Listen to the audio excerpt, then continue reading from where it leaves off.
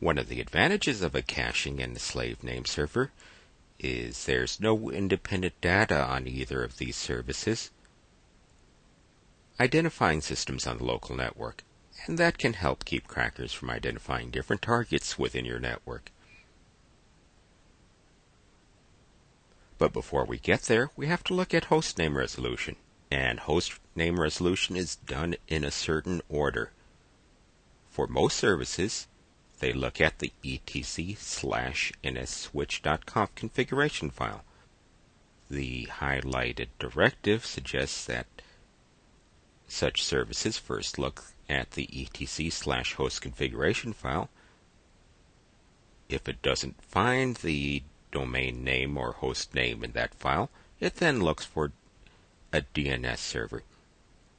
Some older services still use etc/host.conf for name resolution search order, and that directive essentially says the same thing.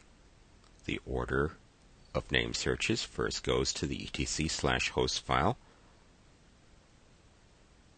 followed by bind, which is short for the Berkeley Internet Name Domain, the standard Linux software for DNS services.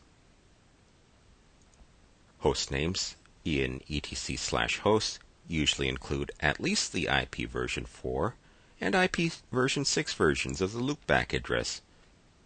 As an administrator, you're free to add more addresses. Note that I've added a couple of addresses on the 192.168.0.0 network for some virtual hosts I created.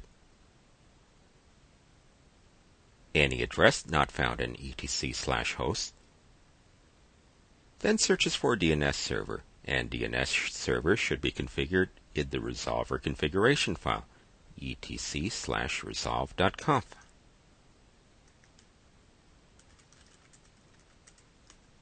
As you can see here, it's a simple file. The directives in this file are straightforward.